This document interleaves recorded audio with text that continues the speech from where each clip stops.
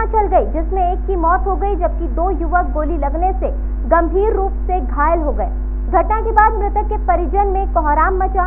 Police के आला अधिकारियों ने मौके पर पहुंचकर आरोपियों को गिरफ्तार करने के लिए कई टीमों का गठन किया। फिलहाल एक आरोपी घायल अवस्था में इलाज के दौरान पुलिस हिरासत में है। जनपद मुजफ्फरनगर के थाना मंसूरपुर क्षेत्र के गांव पुरबालियान में उस समय हड़कंप मच गया जब पुरानी रंजिश को लेकर 2 पक्षों में गोलियां चल गई और एक युवक की गोली लगने से मौत हो गई।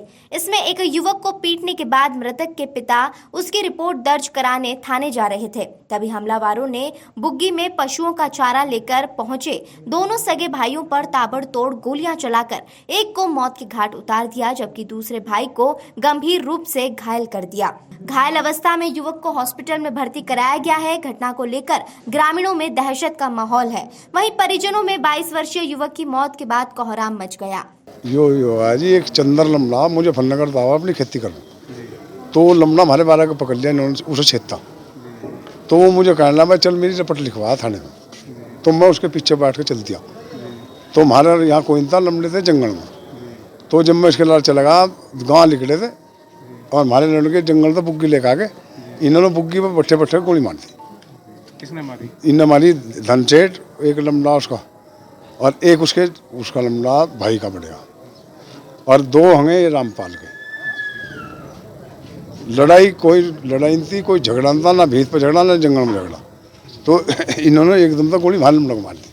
किस बात पे झगड़ा? फिर क्या कोई संगठन? यो झगड़ा किसान संगठन? यो तो जंगल में चली जा, जंगल में झगड़ा धरती पर।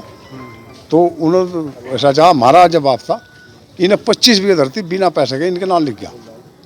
सारे गांव का आपको पता, कोई पैसा नहीं लिया, कोई धन लिया, तो उस 25 बीघा नतीजा यो दिया। मान हमने गोली लगवा दी इन्होंने आज। हाँ नहीं, धनसेठ के बस की गोली मारनी थी। कोई किसान संगठन को लेकर? किसान संगठन को लेकर भी कोई मामला है?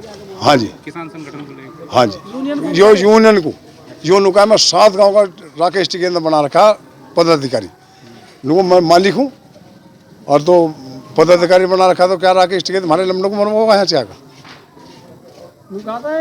आप कैसी कार्रवाई चाहते हैं? आप क्या चाहते हैं कि कैसी कार्रवाई? अब हम इन्हें फांसी चाह रहा और इनके घरों वीर बननी चाहते कतई रुक जाए। कितने लोग थे ये? 5 लोग। अब घायल कितने हैं फिलहाल? हमारे 2 लोग गोली लग रही है, एक तो मर गया और एक यहाँ लगी। 2 ही तो आए थे बुग्गी में बैठ कर, उन्होंने कोई मतलब ही नहीं था किसी, तो इस वजह से गोली मारी इन्होंने। मैं चंदर के लाला बैठ कर चला गया उसकी रिपोर्ट करूँगा। तो ये बोले हम किसान यूनियन के हुए हैं और राकेश टिकैत के हुए हैं। माधव चलो बोलो राकेश टिकैत चंदरवीर जो है जी। हालत मुक्का मेरे पे बजा। सर एक मिनट, देखिए ये थाना मंसूरपुर अंतर्गत जो गांव है, इस गांव के अंदर 2 पक्ष हैं, इनके बगल बगल के घर हैं। आपस में ये चाचा ताऊ के भाई भी हैं। इन्हीं दोनों पक्षों में आज झगड़ा हुआ। उसी के क्रम में जो फायरिंग हुई उसमें एक व्यक्ति जो हैं उनको गोली लगी जिसमें उनकी मृत्यु हो गई। इसके अलावा 2 अन्य व्यक्ति घायल हैं, जिसमें से एक आरोपी पक्ष का व्यक्ति घायल है जो जिला अस्पताल में है और एक अन्य व्यक्ति और घायल है।